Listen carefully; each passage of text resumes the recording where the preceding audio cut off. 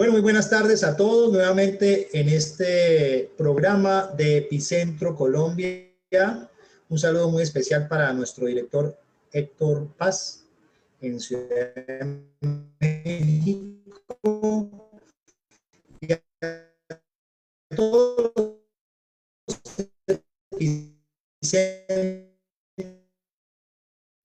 los que día a día, el conocimiento sobre la reducción de riesgos, la resiliencia, desde México estamos hasta la Argentina. Hace más o menos 15 días hubo el lanzamiento de Epicentro Argentina. Un saludo especial para Gloria Bracci, un gran abrazo desde aquí de Colombia también, para Denis Bonilla, el Epicentro Salvador, y Wilfrido Rosales en Epicentro Ecuador. Esta familia de Epicentro crece cada día más. Y hoy tenemos una gran invitada en Epicentro Colombia, una gran líder en resiliencia. Recuerden que este es el programa de 100 líderes en resiliencia. Hemos identificado a esas personas de la vida real que de alguna manera hacen sus aportes a este tema, que es un tema nuevo, que es un tema interesante y que de alguna manera se está colocando sobre la mesa como algo para trabajar. Y el día de hoy tenemos, como les decía, a Elisa Trujillo. Bienvenida. Buenas tardes, querida Elisa.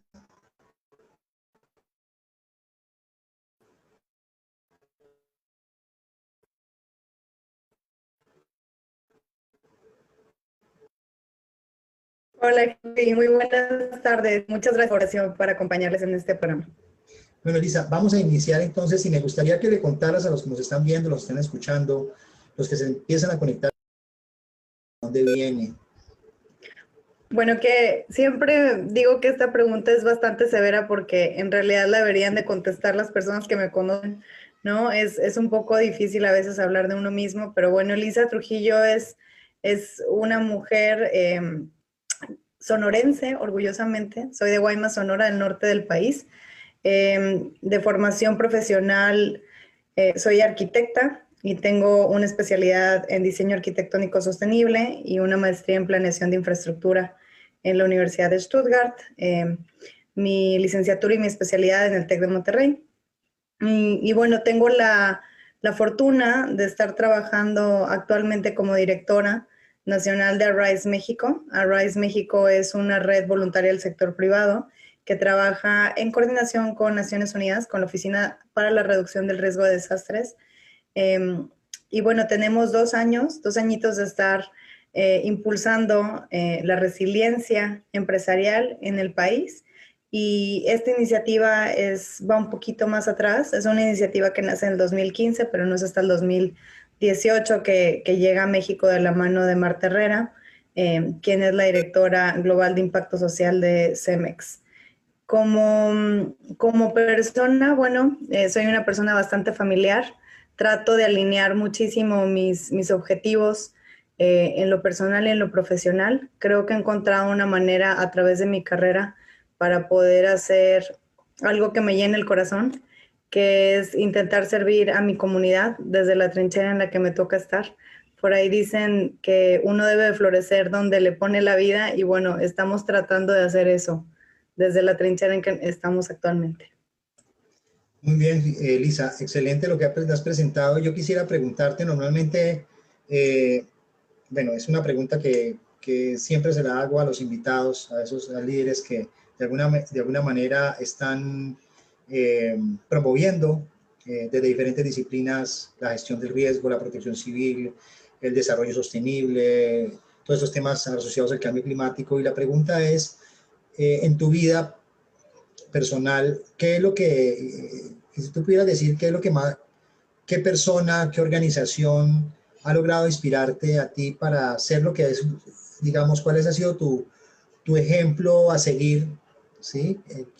¿A quién pudiera resaltar en este momento ya que digas, ese ha sido un gran referente, esa es mi inspiración para, porque tú hablas algo importante acá, donde todos los que han estado en este programa lo han planteado, que es la vocación de servicio, ¿sí? Y vemos en lo que haces que siempre has tenido y tienes una vocación de servicio precisamente para poder lograr articular y desarrollar todo esto que has venido haciendo como directora de Arise, con el apoyo de Marta Herrera, pues, y con todo el equipo, ¿sí? que ha venido trabajando ese tema de la resiliencia empresarial, pero siempre a uno hay algo que lo inspira para ser quien es y para impulsar estos temas que hoy lo estás trabajando desde la resiliencia, pero sé que has desarrollado muchas otras cosas en tu vida, en tu profesión, siempre en relación con las comunidades, siempre en relación con las personas, con organizaciones. Me gustaría que nos contaras un poco de eso. ¿Qué te inspira a ti? ¿Qué te inspiraba a ti a hacer lo que haces hoy?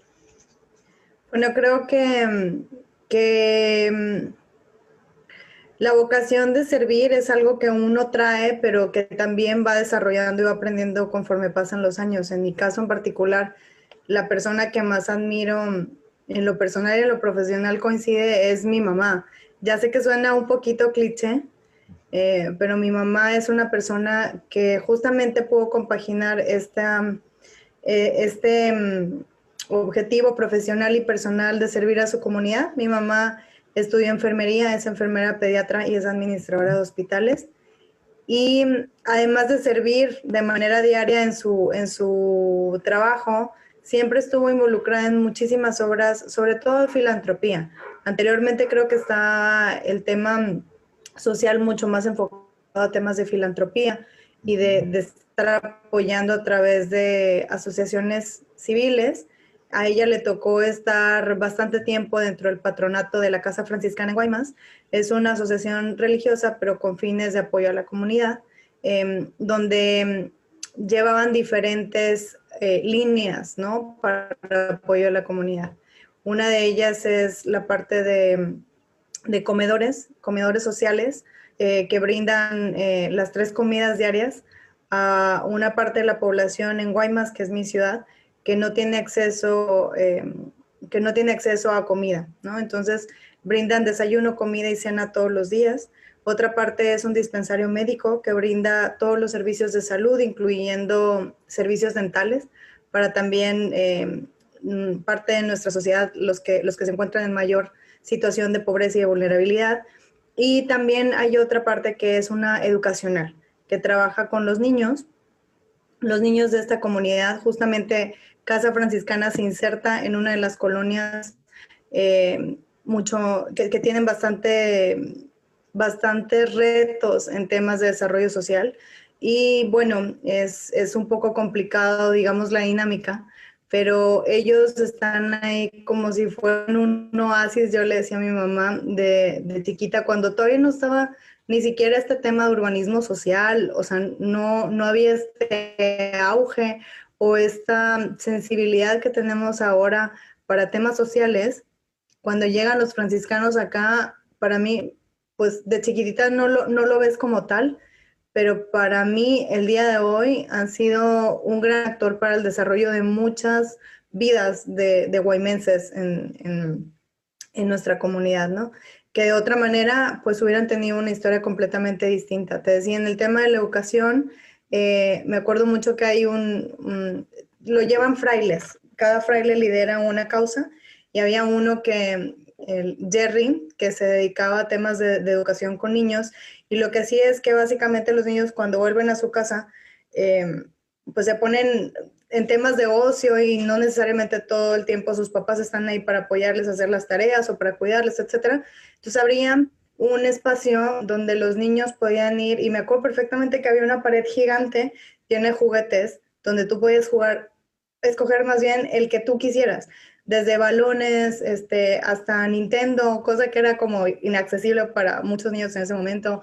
Me acuerdo que tenía patines del diablo y etcétera. Muchísimos juguetes, imagínate, así como una pared con los mejores juguetes del mundo, y todo lo que te pedía era que te sentaras a hacer la tarea con diferentes maestras que ya tenían ahí en el lugar.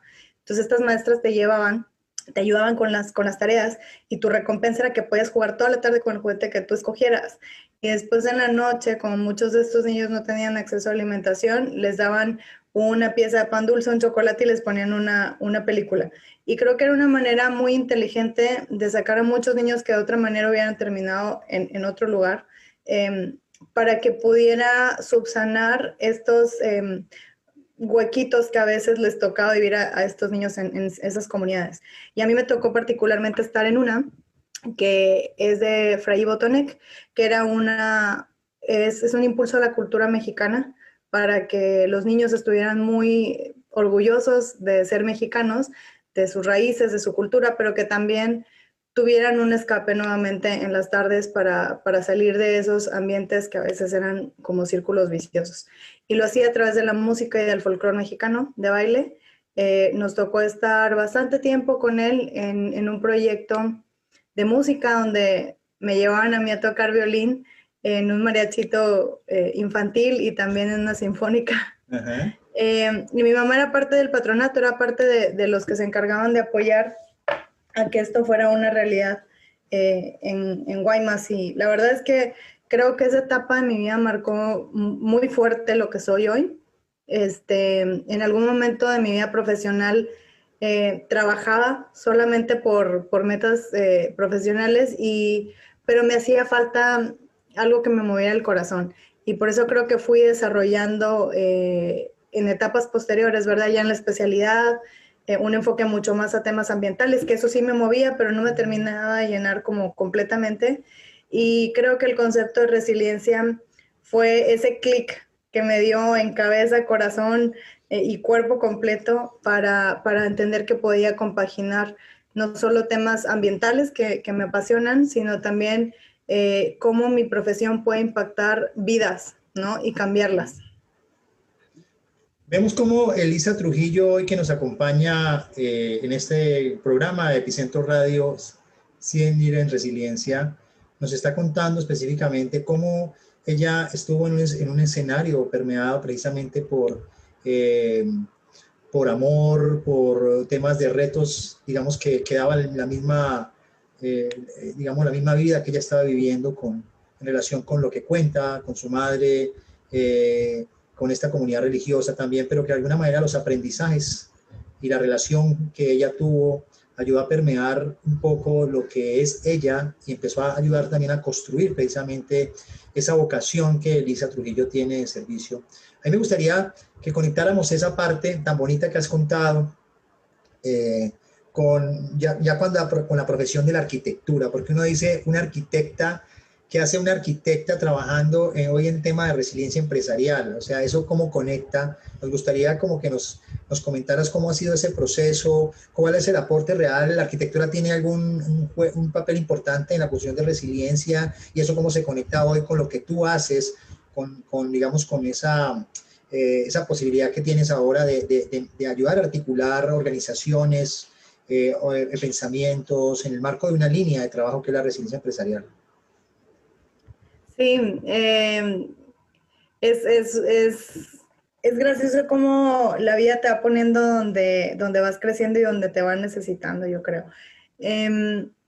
Yo empecé arquitectura porque desde chiquita, o sea, no recuerdo exactamente cuándo fue, pero me acuerdo que una vez mi mamá me dijo, me contó que, que alguien se había graduado, o sea, una chava, otra chica, se había graduado de arquitectura y era hija de una amiga de ella.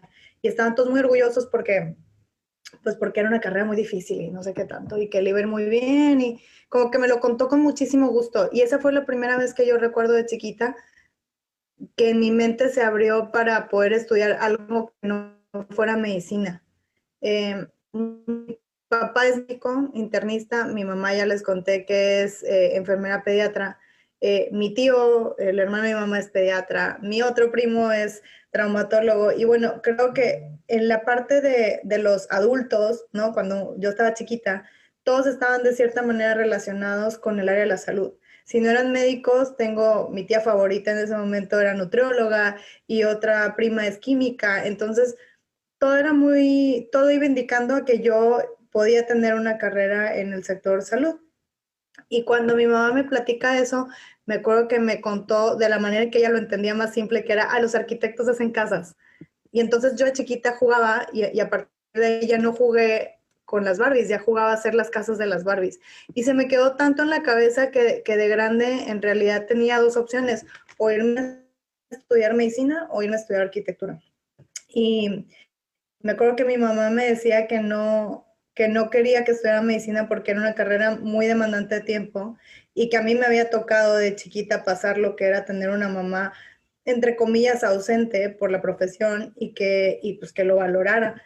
Y me dijo, bueno, si de verdad quieres estudiar medicina, en ese entonces mi mamá trabajaba con pasantes, los estudiantes de medicina y estudiantes de enfermería.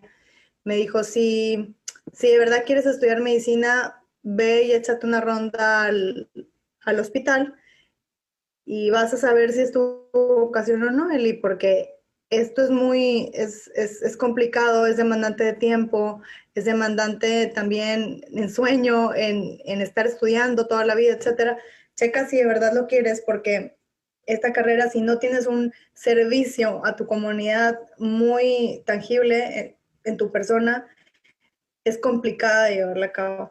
Y me acuerdo que fui al hospital y bueno, el resultado es que terminé estudiando arquitectura. No es que no tenga el servicio al prójimo, es que creo que es una carrera que necesita de verdad tener una convicción muy fuerte para que uno la pueda desempeñar con la calidad que se espera, ¿no? Estás al final del día salvando vidas a diario o con la posibilidad de hacerlo y creo que no tenía ese compromiso o esas ganas de estudiar medicina y terminé estudiando arquitectura, que también me gusta mucho. Y terminé estudiando arquitectura porque al principio era un tema más, me gustaba mucho el tema de poder crear, como poder crear espacios, era un poquito más estético, me interesa en un principio, y conforme fui estudiando me di cuenta que me gustaba muchísimo el tema de alianzas y me gustaba muchísimo el tema de sustentabilidad. Me acuerdo que desde chiquita en la prepa fui presidenta de mi sociedad de alumnos y en la carrera también me tocó poder presidir la sociedad de alumnos de arquitectura y me encantó todo este tema de juntar voluntades, de poder trabajar en proyectos específicos, pero sumando muchas personas. El trabajo en equipo es algo que me apasiona. Me gustó muchísimo la parte de organizar congresos y me di cuenta que tenía como otro punto la arquitectura, que no era solamente esta parte de diseño. Y hubo un maestro ahí, por ahí que me dijo, usted no va a ser arquitecta, usted va a ser empresaria. Y yo me acuerdo que casi me da algo, ¿no? Cuando me dijo eso el maestro, me acuerdo que le hablé a mi mamá y muy triste y le decía, mami, es que ya voy a la mitad de la carrera, no me quiero cambiar de carrera, me encanta arquitectura, pero me dijo que no voy a ser nunca arquitecta. Y después platiqué con otro de mis maestros, que yo creo que él también me marcó muchísimo. Y me dijo, Elisa, es que no todos tienen que ser lo mismo, las carreras dan para mucho. Y tú puedes ser arquitecta, pero desde otra perspectiva. Y me empezaron a abrir nuevamente otros panoramas. Empecé a ver temas de sustentabilidad enfocadas en temas de medio ambiente y cuando hice la especialidad me tocó una maestra en particular que para mí se ha convertido en amiga, en guía profesional, guía personal, que se llama Pilar Noriega y me encantó porque en su clase veíamos temas de hidrología urbana, todo el tema de manejo de aguas para ciudades tanto pluviales como manejo de aguas grises, manejo de aguas negras, etcétera, el suministro, etcétera. Y cuando empezamos a ver la relación del agua con los ecosistemas, con el humano, las ciudades, etcétera, como servicios, se me abrió mucho la mente y también justo llevé otra clase que era de urbanismo sostenible. Y también esas dos clases yo creo que me cambiaron el panorama. Y ahí empecé a trabajar en temas de sustentabilidad ambiental y después salté a una maestría que ya me hizo hacer como el clic completo que te platicaba en un principio, porque en la maestría veíamos todos los sistemas que se necesitan para que una ciudad pueda funcionar. Vemos desde la parte de energía, desde la parte de agua, saneamiento, toda la parte de desarrollo, diseño regional, diseño y planeación urbana, veíamos parte de economía, cómo hacer tangibles todas estas cosas que no son tan tangibles para las ciudades. Por ejemplo, que un paisaje sea bonito, qué tanto repercute en la economía y el desarrollo de una comunidad. Hasta temas de termodinámica, etcétera, ¿no? Muchísimos, movilidad, etcétera. Y bueno, ahí fue donde fui compaginando una cosa con la otra y me di cuenta que mi formación como arquitecta me permite no quedarme solamente en una escala de diseño del edificio, que es como tradicionalmente se lee y como a mí me lo habían vendido de chiquita. Me permite explorar el desarrollo de las comunidades y cómo estos entornos construidos van moldeando y van impactando no solamente en lo que nosotros vemos, sino también en cómo nos desarrollamos como personas, ¿no? Hay diferentes teorías que te dicen de cómo, dependiendo de los entornos, la gente se va comportando. Hay una que seguramente has escuchado tú, que es la teoría de la ventana rota. Y básicamente es que pusieron un experimento, ¿no? Creo que eran dos carros y en uno le habían quebrado las ventanas y en el otro no. Y se dieron cuenta que al pasar el tiempo, el que ya estaba con las ventanas rotas, etcétera, se metieron, lo desmantelaron, la gente como que no lo apreciaba, etcétera, y el otro se mantuvo intacto. Y bueno, yo creo que esa teoría, ¿no? De cómo las personas van floreciendo en entornos que sean aptos, que les brinden las condiciones para poderse desarrollar en todo su potencial, eso es lo que creo que estamos haciendo ahora un poquito relacionado con lo de resiliencia, que es una parte de responsabilidad social, entendiendo que las empresas, y hay por ahí estadísticas de Naciones Unidas que dicen que las empresas toman hasta el 80% de las decisiones de cómo se construyen las ciudades, de las inversiones en infraestructura pública, ya sea porque las mismas empresas desarrollan esta infraestructura o porque participan, ¿no? Licitan para ser proveedores de esta infraestructura o inclusive con una decisión tan base como una empresa que decía instalarse en una comunidad, ¿no? Y entonces empieza a florecer la comunidad alrededor. Y bueno, en ese sentido me apasioné por el tema de resiliencia empresarial, que es un tema que lleva mucho más allá,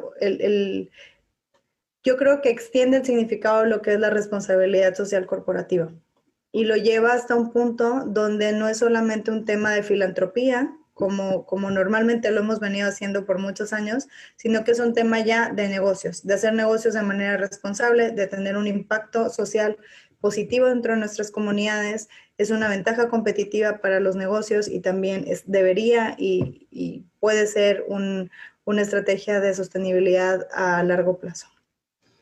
A esta hora nos encontramos conversando muy gratamente con la líder en resiliencia, Elisa Trujillo. A todos los que se conectan, les quiero decir que hoy tenemos una gran invitada que nos está contando un poco de cómo ha sido parte de su vida, porque este programa lo que trata de destacar es aquella parte humana, precisamente aquellas personas que de alguna manera están liderando estos temas a nivel internacional, a nivel nacional, a nivel regional, y nos permite conocer que detrás de cada uno de esos trabajos hay personas que de alguna manera se han esforzado desde su vida personal precisamente para lograr lo que quieren, y también intentamos colocarlos como ejemplo, como testimonio de vida también para mirar que todo esto que estas personas hacen y que nos han comentado durante sus programas que hemos ya desarrollado acá y los próximos, pues son cosas que se pueden hacer. También es una motivación que sirva para todos los que nos escuchan de inspiración, que todas las cosas que uno piensa y uno empieza a desarrollar con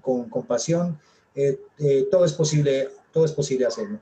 Así que, Elisa, interesante historia de cómo ha sido tu paso por la arquitectura, lo que te ha motivado, la sostenibilidad, el tema que hoy estás liderando tú. Yo quisiera hablar de ese tema y me gustaría que iniciáramos cómo fue digamos, tu encuentro con Arise. ¿Cómo es tu historia con Arise? Y de ahí en adelante que nos puedas contar de ese inicio de Elisa en Arise, cómo ha sido ese proceso también de crecimiento, evolución, tanto personal, profesional y también de la misma organización Arise, porque vemos que esa gran iniciativa de Naciones Unidas, que surge ya hace unos años, toma fuerza en la región. Y yo lo quiero destacar y siempre lo digo públicamente, que Arise México está, digamos, dando de alguna manera un buen ejemplo, es una muy buena práctica para que todos los Arise de los demás países que se están esforzando precisamente por empezar a crear este espacio, digamos, de diálogo, también de trabajo, de articulación con los gobiernos, se pueda llevar a cabo. Nos gustaría un poco que nos contara esa historia de cómo ha sido tu vinculación con Arise, también lo que significa Arise, los trabajos que están desarrollando ahora, para que todos los que nos escuchen vean que todo esto que se ha planteado y que hoy tú lideras y que está en cabeza de Marta Herrera, que ya no solamente es la presidenta de esta organización a nivel de México, sino también que tenemos la oportunidad de tener a una latinoamericana en Arise Global. Cuéntanos un poco acerca de esto, Elisa. Sí, bueno, yo estaba saliendo justamente de la maestría,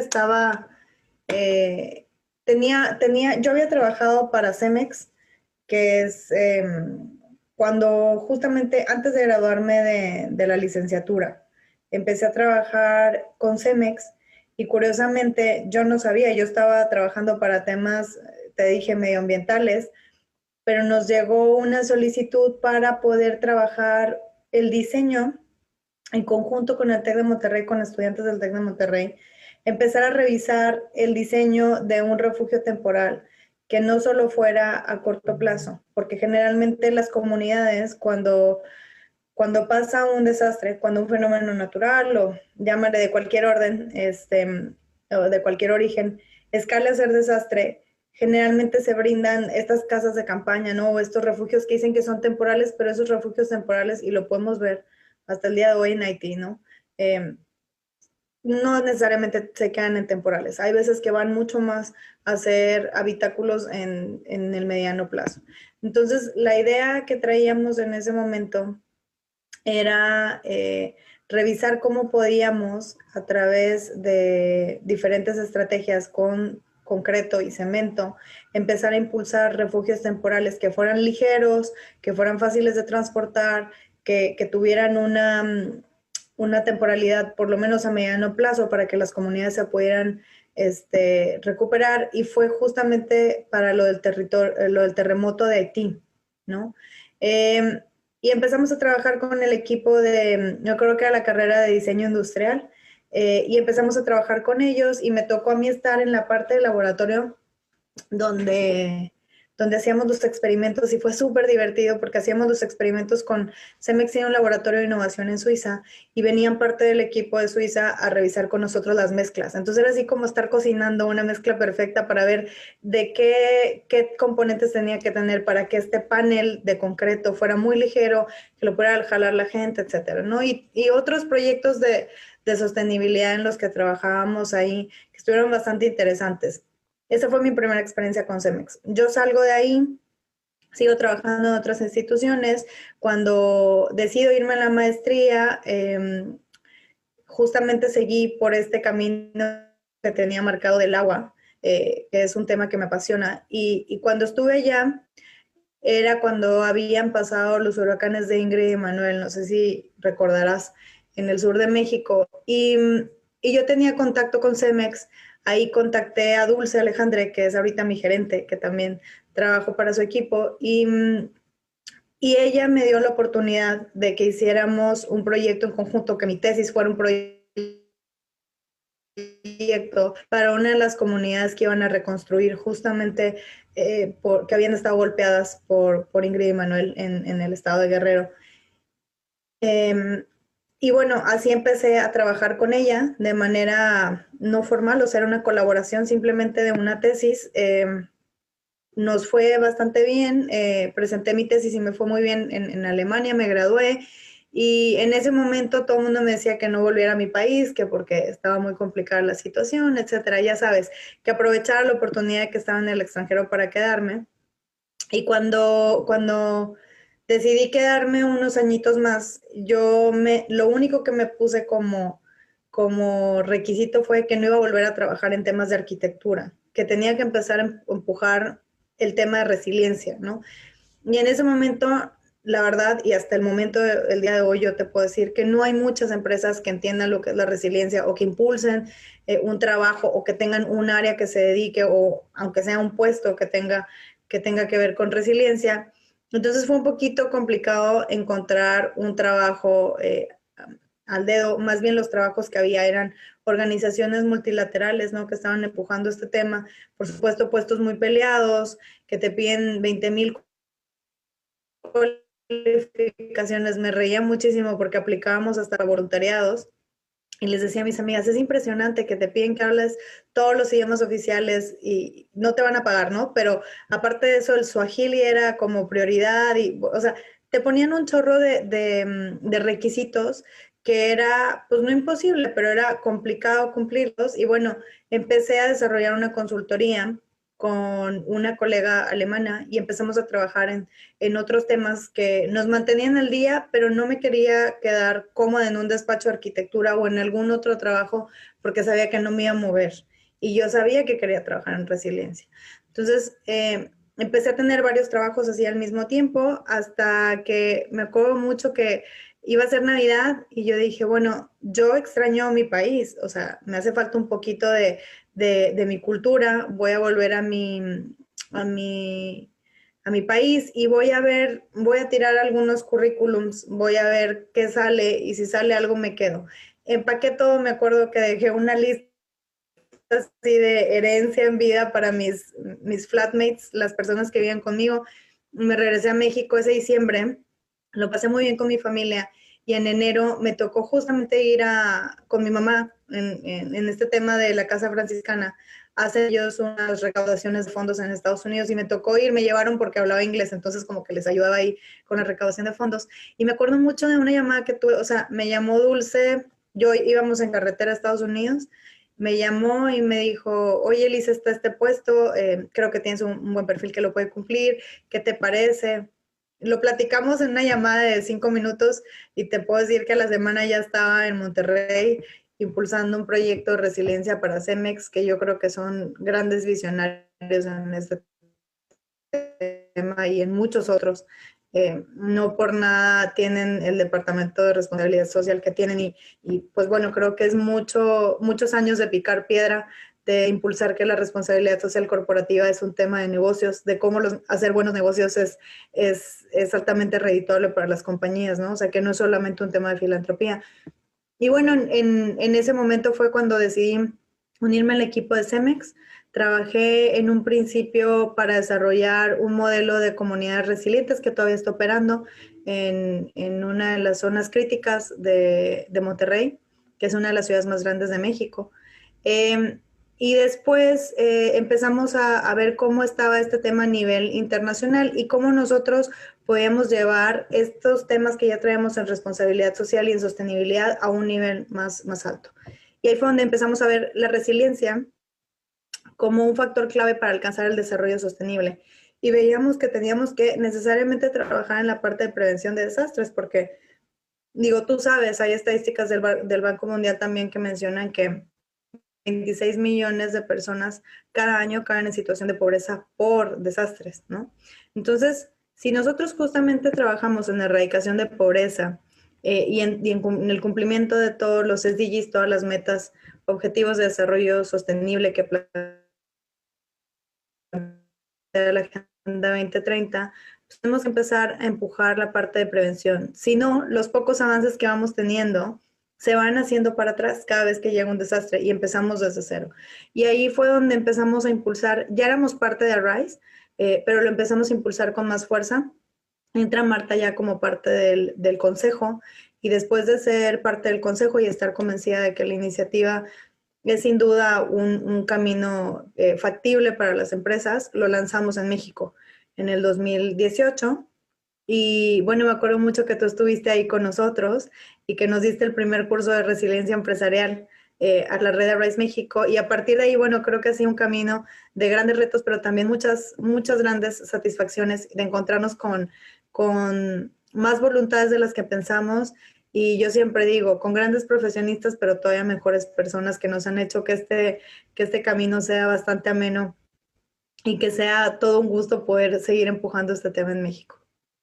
Bueno, estamos conversando con Elisa Trujillo, una joven y talentosa líder en resiliencia que hemos invitado el día de hoy precisamente para que ustedes la conozcan un poco cómo ha sido el desarrollo de su vida en el ámbito humano también y profesional, y cómo ella nos ha contado ese trasegar por diferentes escenarios de la vida, y cómo ha llegado a esta gran organización, a esta gran iniciativa que lidera en México Marta Herrera, específicamente como presidenta de Rise, y a nivel global, pues hoy contamos con, ya les decía, con la oportunidad también que ella está liderando este tema, representando muy bien el rol de la mujer, ¿no? Y fundamentalmente, y por eso este mes de noviembre, Lisa, lo hemos dedicado solamente a las mujeres, a las líderes, aquellas mujeres que de alguna forma están generando procesos de cambio, que están liderando ese gran reto que tenemos todos de crear resiliencia, como tú decías, para construir la sostenibilidad como parte del camino hacia la sostenibilidad.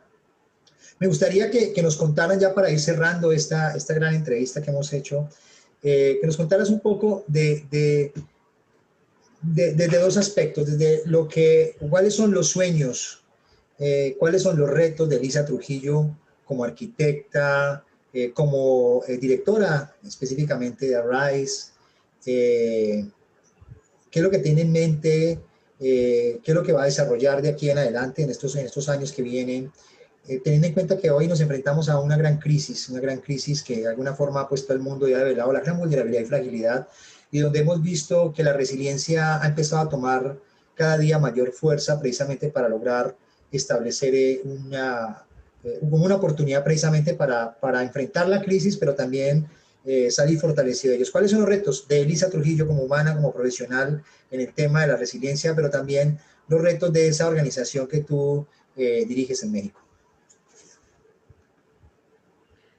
Bueno, yo creo, lo hemos conversado en anteriores ocasiones y siempre que damos cursos, yo recuerdo que les cuento la misma anécdota, pero sigue siendo uno de mis sueños, el tema de la resiliencia y la reducción del riesgo de desastre sea un chip que todos podamos incorporar en nuestra mente y que no solamente sea un tema académico o exclusivo para algunas personas, sino que sea un tema con un lenguaje mucho más ciudadano, mucho más comprensible y que por ende tenga un mayor impacto para el bienestar de las personas que se encuentran en alta vulnerabilidad y exposición ante los distintos fenómenos, ¿no?, locales que se pueden presentar.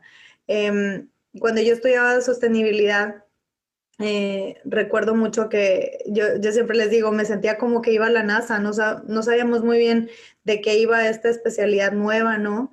Y por qué los gases de efecto invernadero, y de repente nos ponían fórmulas químicas cuando nosotros éramos arquitectos.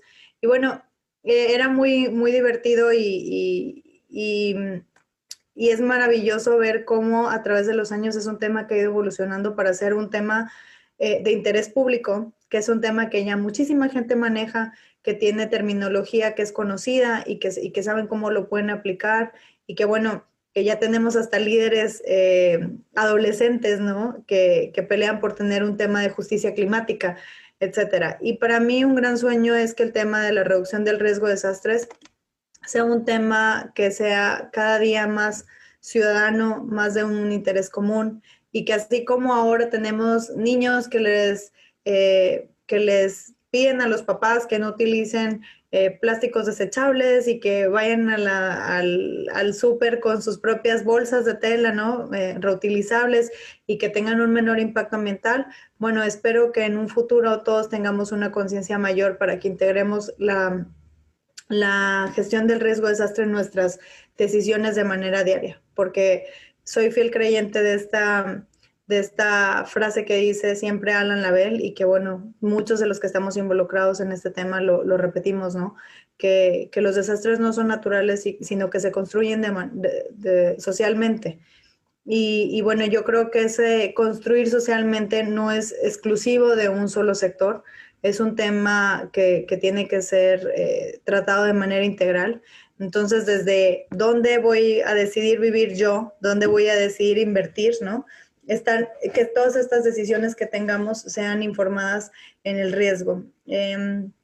Grandes retos que tengo, bueno, creo que sin duda esto es una carrera que ahora hablan mucho de expertos, ¿no? Y alguna vez tuve la oportunidad de conversar con un muy, muy buen amigo, y me decía que él no creía que existían los expertos, que existen especialistas, pero que en realidad estos temas van cambiando tan rápido y el mundo se está moviendo a un ritmo tan rápido que en realidad ahorita lo que uno puede aspirar es a ser especialista y tratar de tener la información lo más actualizada que sea posible.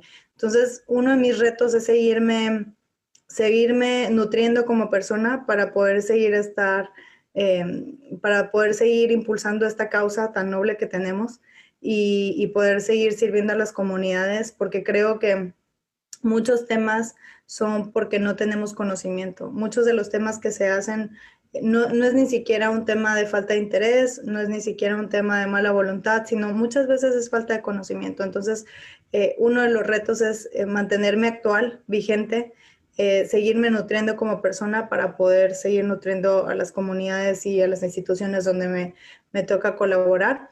La segunda es otro de los retos que tengo y que me gustaría seguir construyendo sin duda es el tema de articular esfuerzos. Me gusta muchísimo cuando la gente que platica con nosotros nos dice que no nos cree, que no cree que es posible, que es una agenda que no es real o que es imposible. Y yo siempre digo que, y me gusta mucho también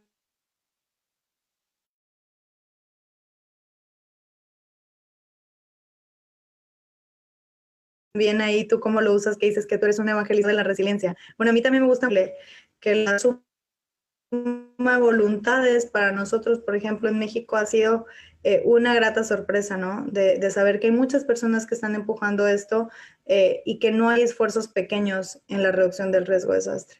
Entonces, para mí es importante seguir contagiando esta actitud y que más allá de que se pueda ver el tema de la reducción del riesgo de desastres como un tema académico donde no se emplean necesariamente las terminologías de manera correcta o que es un tema cuando lo intentan hacer como muy exclusivo, ¿no? De solo los que saben, sino como que este tema se pueda abrir mucho más, que sea mucho más ciudadano, menos tecnocrático, con lenguaje menos tecnocrático y que las personas puedan entender no solo la terminología, sino los conceptos, que creo que es lo más rico de la reducción del riesgo de desastres, porque tiene la capacidad de salvar vidas. Y eso es lo que nos une mucho, que cada día sean muchos más los que crean en esta misión que tenemos desde Rise común y que al final es.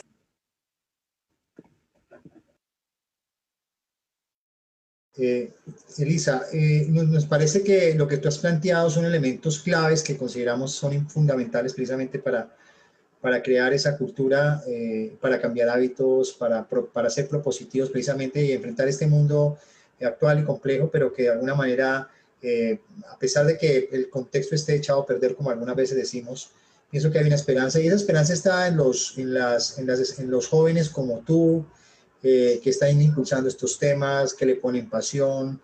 Si algún joven, no necesariamente tiene que ser desde el punto de vista de físico, sino también un joven de corazón, un joven de alma de espíritu, te preguntara, ¿cuáles son esas cualidades que deberíamos cultivar todos los que de alguna manera queremos liderar algo, así como tú lo vienes haciendo como ser humano? ¿Cuáles podrían ser esas cualidades para cultivar la resiliencia? Si te dijeran, Elisa, dame unos 3 aspectos que usted considere clave para ser un líder en resiliencia y promover el tema que de alguna manera sea del interés, pero que de alguna manera también pueda ayudar a solucionar o a transformar realidades en los territorios o en la misma vida de las personas. ¿Cuáles crees que son esas cualidades que queríamos cultivar? Híjole, bueno, creo que son muchísimas las cualidades. Voy a tratar de resumirlo en las principales. Lo primero que creo es, tenemos que tener una meta muy clara de dónde queremos llegar con nuestro liderazgo. Creo que cada uno tiene la oportunidad de hacer lo que sueña. Por ahí dicen que hace mucho más el que quiere que el que puede, ¿no? Entonces, otra de las cualidades, además de la claridad, yo creo que sería ser determinados. Si no es que les diría, sean muy tercos. No siempre las cosas o no siempre tenemos el panorama ideal para poder desarrollarnos, pero ya lo decía al principio de nuestra charla, hay que florecer donde la vida te plante, ¿no? Entonces, veamos cómo, pese a que no tengamos las condiciones exactas, siempre hay un rayito de luz y siempre hay una persona que te puede echar la mano o siempre hay algún una beca que se te puede prestar. Siempre hay una suma de voluntad que te puede ayudar con algún proyecto, pero creo que caminos que tú puedes tomar para poder lograr tus sueños. Entonces, claridad sería la primera, la segunda sería determinación y la tercera yo creo que sería un tema de apertura. Es ideal a veces trabajar con personas que lo saben todo, que lo tienen todo muy claro, etcétera, pero también creo que cuando uno empuja el tema de resiliencia que te impulsa a un pensamiento colectivo, tienes que estar en el entendido de que no todos tenemos las cosas o no todos partimos desde el mismo punto ni con los mismos recursos. Entonces, creo que sí hay que tener muchísima apertura a que si trabajas con otras personas que no saben, les puedas enseñar, que si trabajas con personas que te pidan ayuda, les puedas apoyar, que a veces tú vas a tener que levantar la mano y ser abierto para decir, oye, no sé o no sé cómo hacerlo y pedir también apoyo y tener muchísima apertura para hacer las cosas distintas, porque si queremos tener resultados distintos y hemos estado años empujando un sistema que claramente no nos está resultando, hay algunas áreas de oportunidad, bueno, tenemos que tener muchísima apertura para empezar a hacer las cosas de una manera distinta, con mucha humildad, sin la soberbia de pensar que uno sabe todo, sino con la humildad de poder aprender del resto de las personas con las que vamos caminando. Muy bien, y con esas tres recomendaciones, y yo le agregaría una cuarta que tú dijiste al final, el tema de la claridad es fundamental para volverse un líder en resiliencia, la determinación, ¿sí? Eso implica ser perseverante y paciente cuando uno está desarrollando de alguna manera un propósito en la vida a nivel humano, pero también profesional. Y algo que hablaste importante también, la apertura, o sea, ser flexible como el bambú, muy probablemente para poder lograr tener esa capacidad de aprender, reaprender. Y algo fundamental que yo considero que a veces se nos olvida a los seres humanos y que Elisa Trujillo el día de hoy, esta gran líder de resiliencia, nos recomienda, es la humildad. Gandhi decía, procura ser tan grande que todos quieran alcanzarte, pero tan humilde que todos quieran estar contigo. Eso yo pienso que es una gran enseñanza, y Elisa Trujillo hoy con esa última palabra de tema de la humildad, precisamente para lograr ser un líder en resiliencia, no olvidar las raíces es un elemento importante para esto, pero construir grandes cosas, grandes proyectos de vida, ayudar a transformar realidad, yo pienso que es uno de los propósitos de la resiliencia, fortalecer las capacidades individuales, colectivas, y en el marco de todo esto que hoy Elisa nos ha compartido, pues pienso que vamos a lograr precisamente enfrentar este mundo global que tiene sus problemas y situaciones, pero también, como Elisa lo ha demostrado, hay grandes esperanzas y nosotros somos la esperanza de este mundo, los niños, los que vienen detrás de nosotros, y los que también tenemos esa capacidad, a pesar de que tengamos una edad mayor a la que tenga Elisa, pienso que también está en la capacidad de poder hacer ese cambio en nuestra mente. El cambio está en la mente y todo yo pienso que tenemos que hacerlo. Elisa, agradecemos mucho este espacio que nos has brindado.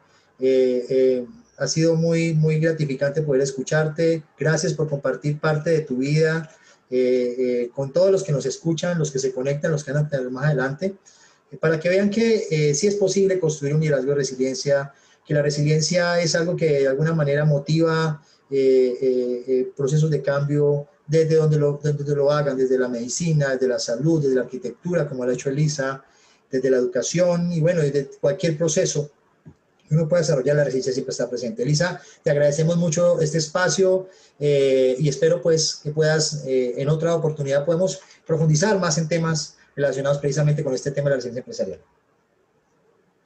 El gusto siempre es mío, Henry. Un abrazo fuerte y muchísimas gracias a ti por haberme hecho esta invitación. Gracias a ustedes, los que nos están escuchando al otro lado de la pantalla, por haberse dado el tiempo de conocernos un poquito más a fondo. Un abrazo y bonita tarde para todos. Bueno, un abrazo, Elisa. Muchas gracias por estar aquí. Y recuerden, la próxima semana tendremos a otra gran en resiliencia y esta vez viene de Colombia. Les voy a dar la sorpresa. Quien es una gran líder que trabaja en el tema de educación, desde el tema universitario, pero también a nivel escolar. Ya la conocerán. Ya pronto estaremos haciendo la publicidad y espero nuevamente que se conecten ustedes y nos acompañen en este programa de Ciencia en Resiliencia por Epicentro Radio. Nos vemos entonces el próximo jueves de 7 de la noche a 8 de la noche, hora Colombia. Muchas gracias.